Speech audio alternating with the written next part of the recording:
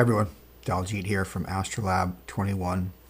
Wanted to jump on and do this video about some of the other astrological weather that we're having this week. It's been a huge week in terms of some of the major transits. And of course, much got overshadowed, if you will, by all the hoopla over the eclipse that we had earlier in this week.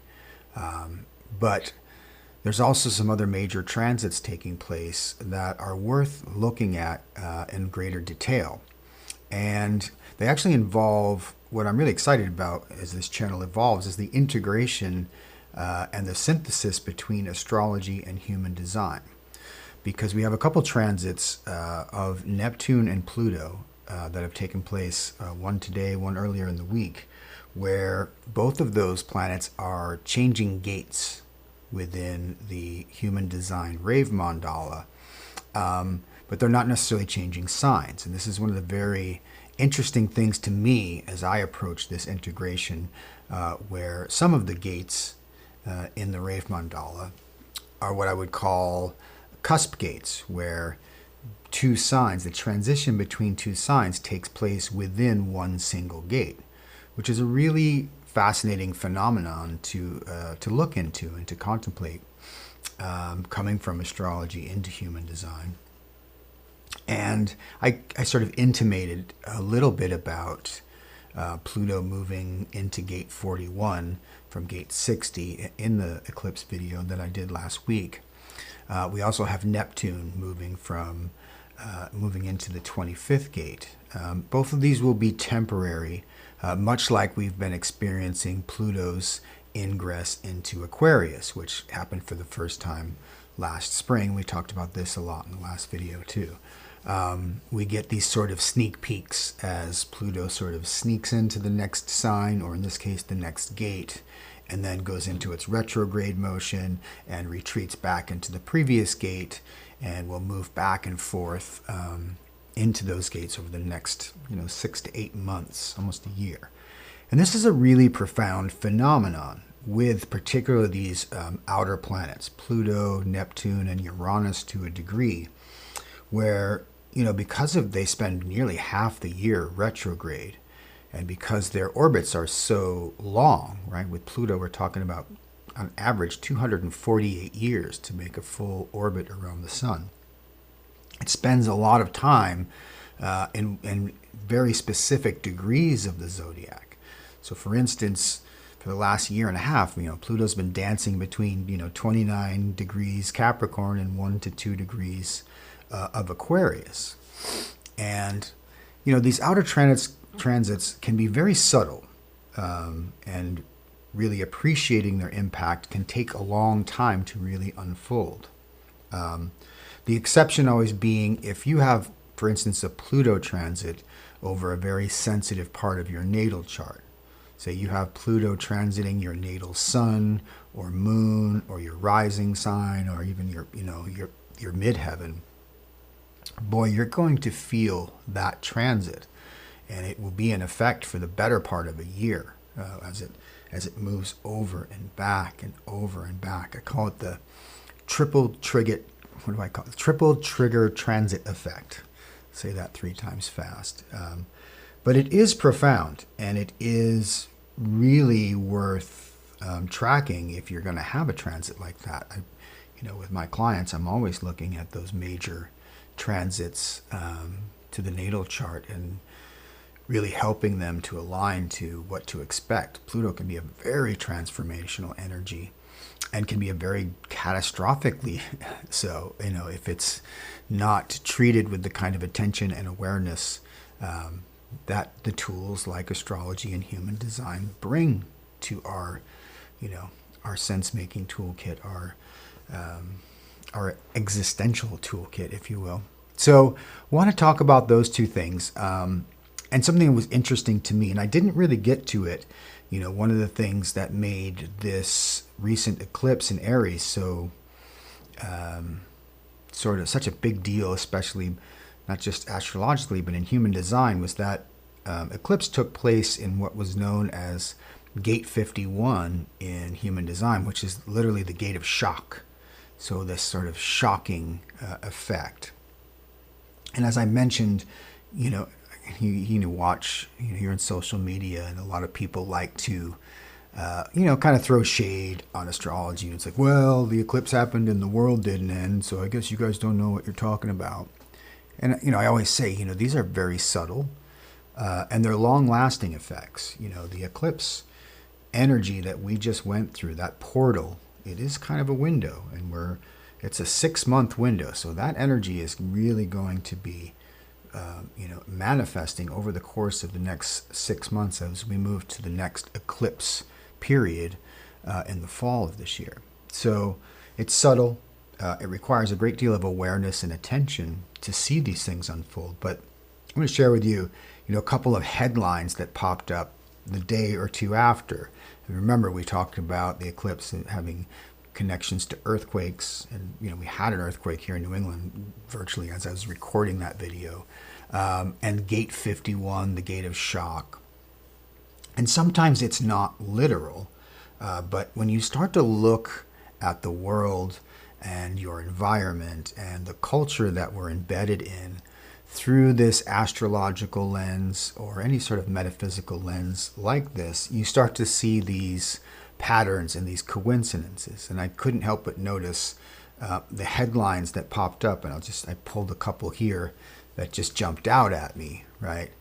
And this is in relationship to the law in Arizona that was passed. It was actually reviving a 1864 law on abortion. And just decided this is another thing that I think I have a video that I have in the queue that I need to produce here coming up about a lot of these transits and triggering events and having a analogy to the 1860s, the Civil War, the Revolutionary War, particularly Uranus in Gemini is one I'm going to look at. Interesting to me that we're talking about the 1860s in the news in our culture. And this is an apolitical channel. I don't agree or disagree with anything in terms of either side of the abortion debate. One of the things I value about taking the astrological lens is that it is apolitical. You don't have to pick sides. You're just looking at the this and the that, right? The duality of it all. But these headlines just jumped out at me because I'm looking in this way, and I'm hoping to help and train you to kind of see the world this way, because I think it really is an incredibly useful tool in sort of navigating the very complex, certainly media environment we all find ourselves in now. So, when you see these headlines, the earthquake, right? It was a catastrophic, it was a shock, right? Those are all three words that we're associating with this transit and its effects. It is catastrophic. It is shocking. We're dealing with eclipses. We're dealing with Pluto moving into a different gate or a different sign, right? So interesting to just start to look at that, right? And I encourage you to sort of do that for yourself as you're looking at your news feed or your paper or you're watching the news. I mean, if you watch CNN or any of the 24-hour news channels, you're going to get the same kind of, and it's hyperbole and it's clickbait and it's all of those things. But it's really, really, it's quite a practice to observe how these archetypal themes tend to constellate around these transits. Right? This is an acausal cause, this is synchronicity, but this is a realm, once you get into that archetypal realm, that I think is, food for thought anyway. So let's dive in. I'm going to show you, we'll look at the chart here we'll look at the rave chart actually. I'm going to focus on human design mostly in this episode because I want to look at these two gates and the significance of these transits. So I'll jump in and bring up here my neutrino platform. I think I shared with you guys in a previous video. It's a new app that I'm really loving for its ability to do things like this.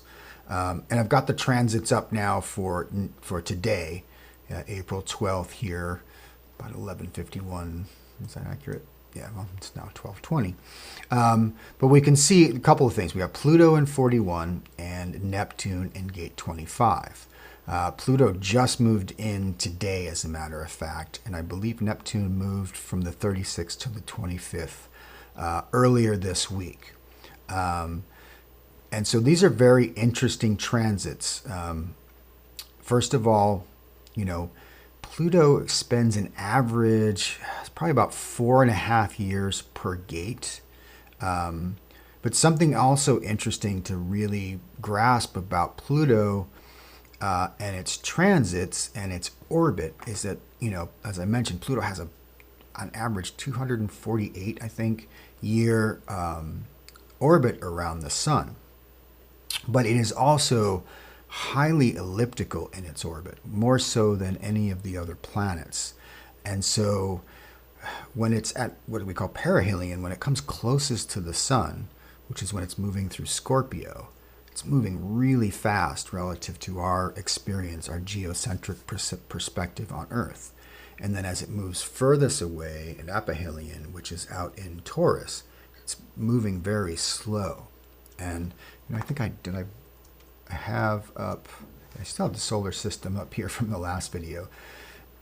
I can just show this to you, if we think about how far out Pluto is. Maybe if we just take a top-down view, you can see it a lot better. So sort of overhead.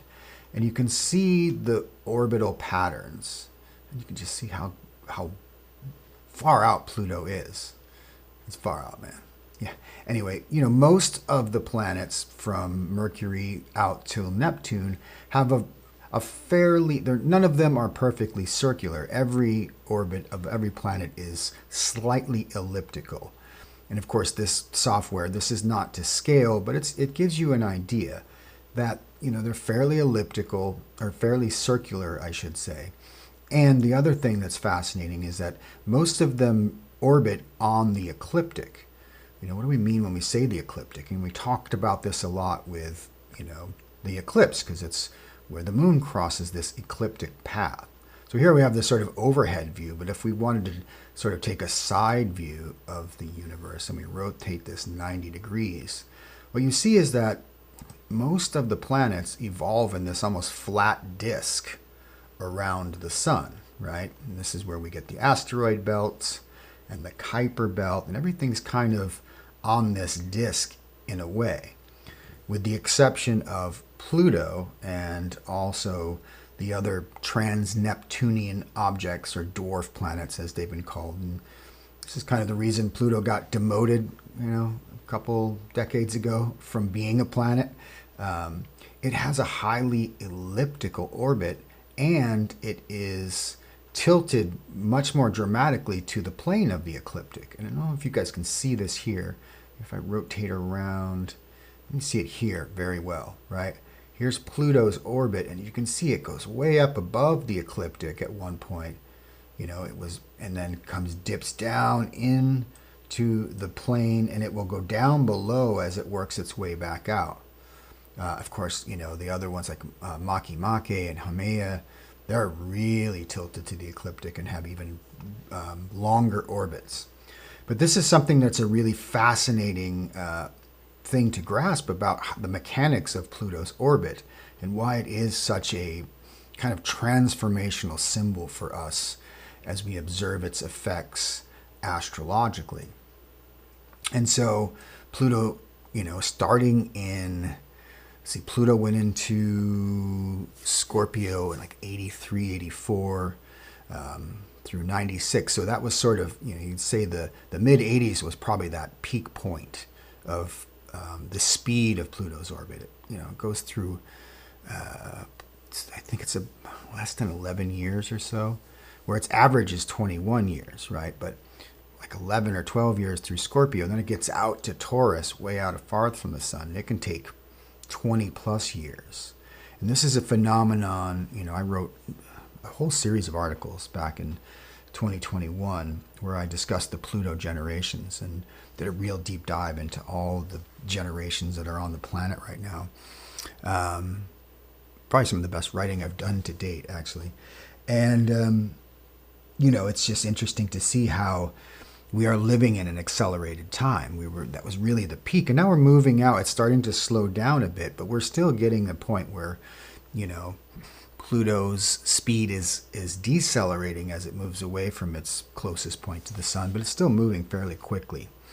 And so it's another sort of generational phenomenon. And I mean, let's face it, Pluto was discovered in the 20th century. So of all the planets, we have the least sort of data on, well, what is the effect of Pluto moving through Taurus or through Cancer, through Aries, all right?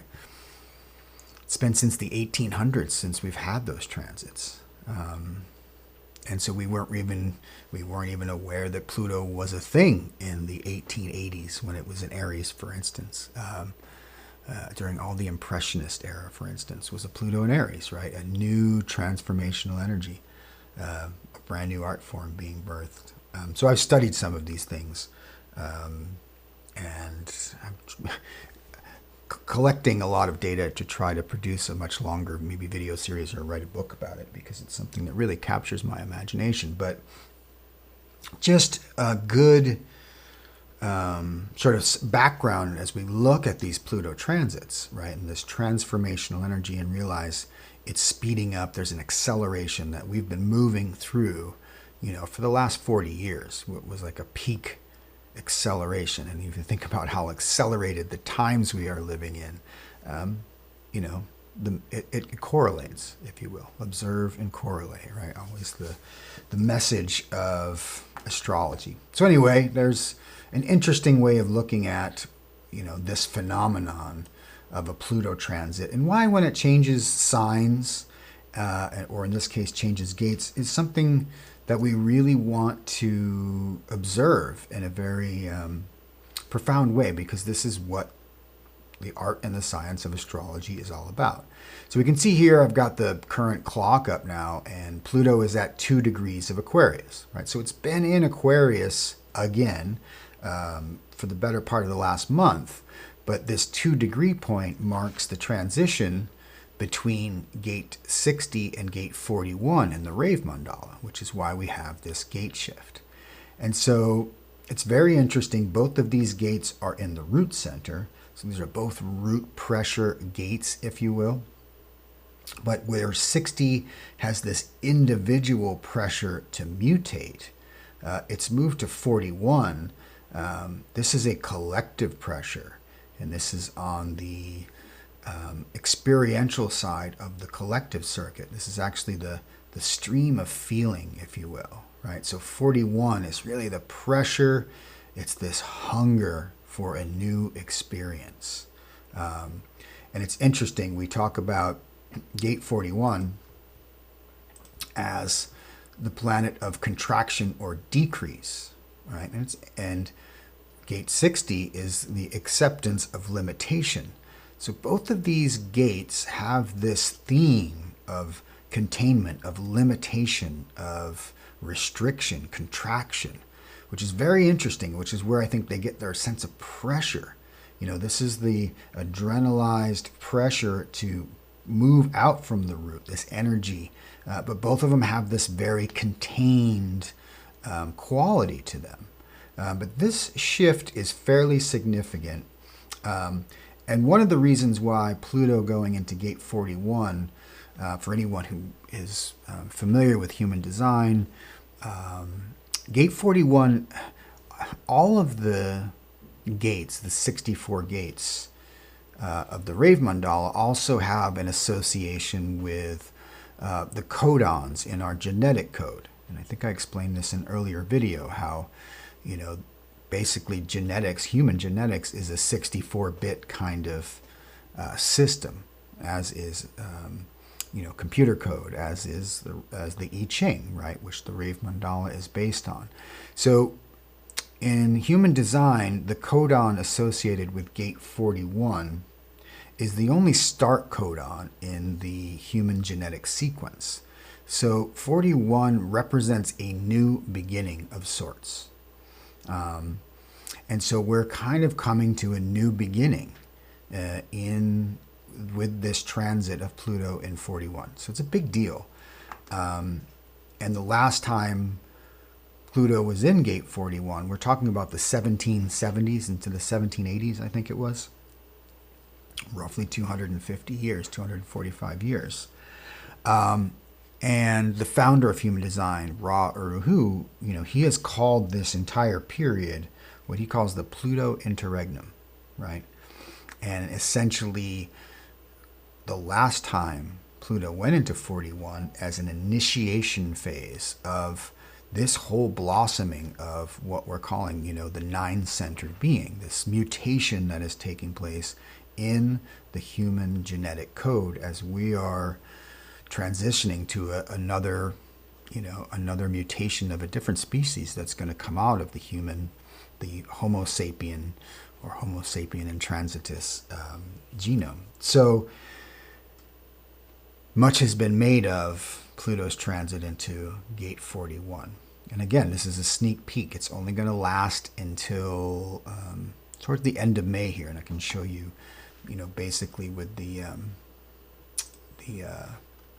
transit calculator here. If I just sort of scroll forward, we will see that in about a month's time, we're going to see that we're going to get a nodal shift here out of 5121. So that's a significant transit coming our way. But I'll talk about that later in the month. But yeah, Pluto's going to move back into the 60 here, round about the 23rd, 24th, 25th of May. Where it will, keep retrograding back. So we're getting this sort of back and forth between these two gates. And this is what I call that triple transit trigger effect. And as it goes back and forth, where, we get a chance to get a preview of what's coming, right? And you often get these very profound changes. The energy pattern, the frequency represented by that, the thematic of that gate starts to percolate, and you see it. Whoa, it's something new. And then it retrogrades back into the previous gate, and you get this chance to, last chances sometimes, to then, okay, what did we not get right about the previous cycle and the message and the theme of the previous gate, right? And I talk about this, obviously we've been doing this Capricorn Aquarius dance with Pluto for the last year. And we're in the midst of that 2-year transition. So in 2025, it's all speed ahead with Pluto, and it's going to be all speed ahead with Neptune and Uranus moving forward in the next couple years. So huge, major transits taking place at this time. So we really, and here's another additional factor that I think is fascinating to observe. When you go from the end of a gate, you're in a sixth line. So we're coming from the sixth line of the 60th gate to a first line of the 41st, and then back to the 6 and the 1. And so that the symbolism and the significance of going from a sixth line to a first line and back again is also really fascinating to observe. And so we'll look at, just briefly, I just want to show you some of the descriptors here. So if we're in the sixth line of gate 60 here, and of course we're talking about Pluto, truth, transformation, psychology. Pluto's the great truth seeker, if you will. It will transform everything it touches. It's why its transits are just so incredibly powerful. So we're coming out of a line 6, gate 60, where we've been in this rigidity of the gate 60 and that sixth line. And remember, the sixth line is all about just sort of capturing and containing all of the lines of any gate. That sixth line really just sort of becomes the ultimate expression, if you will. And so what's the contrast between being now in the 41-1? Well, now we're coming into a gate of reasonableness, right? So just think about just those two keywords alone, going from a sense of rigidity under the container of limitation to being in a gate or a line of reasonableness under the container of contraction. And we talk about, we can see here, it's the constant urge to experience new feelings. It's impulsive, right? This is the very source of what we call this the stream of feeling. This is the human experiential way. And the reason Pluto's transit through 41 is going to be so significant is it's going to lead us up to 2027. There's a lot going on here with the emotional center, the solar plexus. There is the potential mutation of many of the gates here in the solar plexus, which are going to have incredible ramifications, and it's some sort of rave cosmology that's beyond the scope of this video. But suffice it to say, this transit is a major trigger in the collective and in the human species specifically, that is going to have massive ramifications on sort of the direction our species is going, our society is going, our civilization is going, our planet is going. So sort of paying attention to, these transits, and how do we apply those, right? So it's really being sensitive to how are these factors playing out. And remember, we always can look at it personally, interpersonally, socially, collectively, planetarily, right? It's happening on all these levels at once. And so, for instance, we're going to get this peak at, what I'm saying is this new hunger, this thirst for experience, to move into new, novel experiences that can be impulsive, can be risky, right? There's this very intense desire nature to this transit into this gate, and to witness Pluto's activation of that gate. It's something to observe within yourself. You may feel this sense of hunger and thirst for a new experience. Get out of the rut, right? I really want to break into something new. This may show up in your relationship dynamics. You may see this within your family or your community, or you may see it nationwide or globally, right? Planetarily. All of these things are happening at once. And this is a window, right, where we're going to see this for just about 6 weeks. And then towards the end of May, Pluto's back in gate 60. And we're looking at rigidity and limitation again. And something we're familiar with because we've been in the influence of that for the last, 6 months or so. So that's profound and worth observing.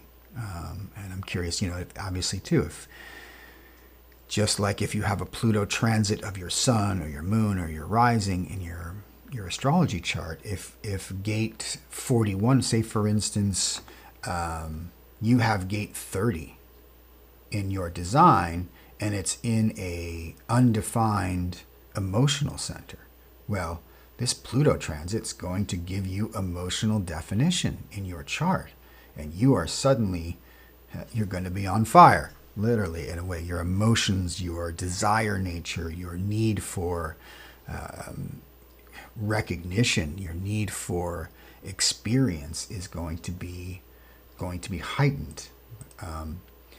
So that's the kind of way that you can use human design, particularly these transits, to really start to track their influence on you, and what you can expect from a transit like this, right? So it's going to come in and then it's going to go away, right, at the end of May, and it's back in the 60. So say you're someone who has a hanging 3 and a hanging 30, no 60, no 41. And you'll be ping-ponging back and forth between having this root pressure to mutate on and off, on and off, on and off, right? And suddenly being very much, maybe you don't have sacral definition. Maybe you're a projector or a manifester who just has the 3 in an undefined sacral. And for the last, 2 or 3 years, suddenly you've had this incredibly mutative pressure in this sacral energy. And then all of a sudden it goes away. And it's moved over to the 41. And then it's going to come back in a few weeks for a few more months. And it goes away again, right?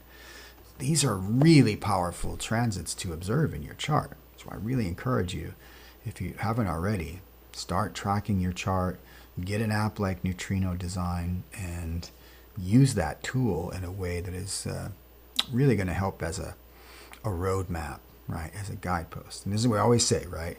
The map is not the territory. But boy, is it pretty fucking useful if you're in uncharted territory to have a map of where you're going. Super helpful.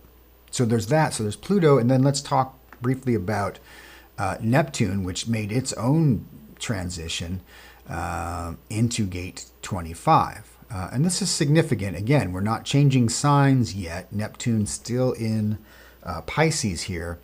But it does make this gate shift. And 25 is one of these really significant gates.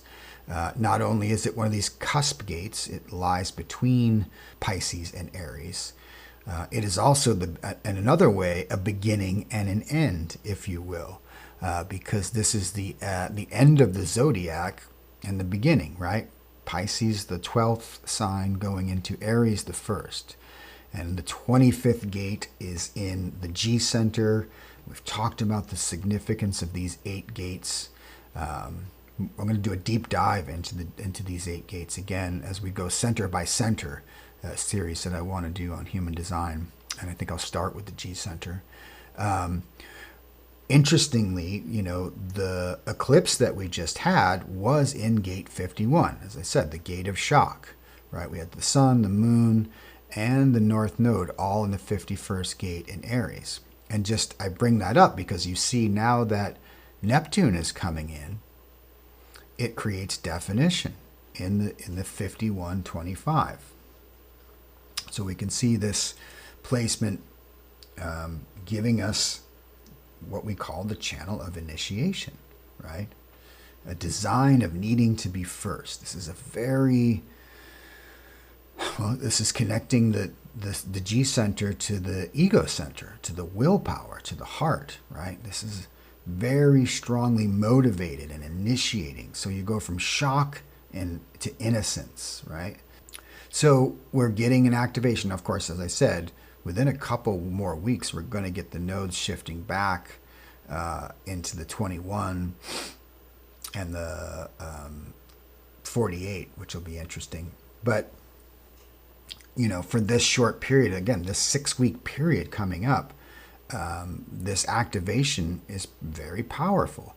And again, how these transits can have multiple resonances. So not only was that eclipse in this gate, and as we said, that energy reverberates for days and weeks and months to come. Now you get this Neptunian layer over that gate of shock and this channel of initiation, which is bringing its own effects, right? You think of Neptune as being spiritual and the illusion and the fantasy, right? And so here we have Pluto coming into the experiential gate of hunger, of desire. It has a fantasy aspect to it. Sometimes our fantasies can be the impetus, can be the fuel that fuels our desire to go out into the world and to actually have these experiences that are driven by fantasy. So Pluto transforming us there, Neptune coming into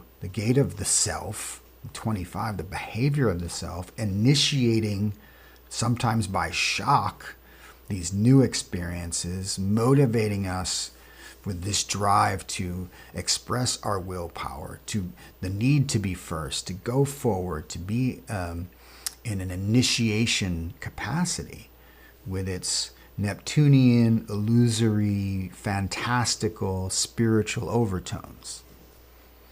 You know, so you start to put these pieces together and you synthesize the effects of these transits and you get a sense of, you know, what is in store for us. And so what are your desires? Do you have this burning desire to experience something new? Is there a spirit, you know, this is a great time to initiate a new spiritual quest, right? You start to string these keynotes together and you go, oh, right? The frequencies, the energy patterns are aligned for those sorts of endeavors. Like the door is opening for us to experience that. This also plays out collectively. We can see, you know, new initiations, shocking things in the news, right? Whether it's manufactured shock in the culture, whether it's something of a breakthrough, transformationally, a sort of plutonic type of event that can occur, a Neptunian event that has a breakthrough in gate 25. Lots of possibilities. So, yeah, I just encourage you to just, I mean, the best tool we have is awareness, right? It's just the lesson of all of these systems and these techniques and these modalities is a heightened sense of awareness. What, really being aware of your own process. And how am I navigating these energies? And how am I sensing these changing patterns, these cycles that are constantly coming and going? And these cycles, these outer planet cycles are, beyond lifetimes. As I said, it's 250 years since we've had Pluto moving through this part of the sky. 160 years since Neptune's been in this part of the sky. No one was alive on the planet the last time these two bodies were moving through this part of the sky and initiating these kinds of energies. And how long has it been since they've been in these two gates together, right? These cycles, these long, long periods of time. So it's just the joy of, being embodied on this planet and having these experiences, these once-in-a-lifetime experiences. Every moment is a once-in-a-lifetime experience. And I think these lenses can give us a window into that. It helps to frame things in a way that takes us out of the sometimes small, myopic world that we can get. We get our blinders on and we just get, tunnel vision on our jobs and our lives and our relationships and, and just opening that perspective is, it's useful.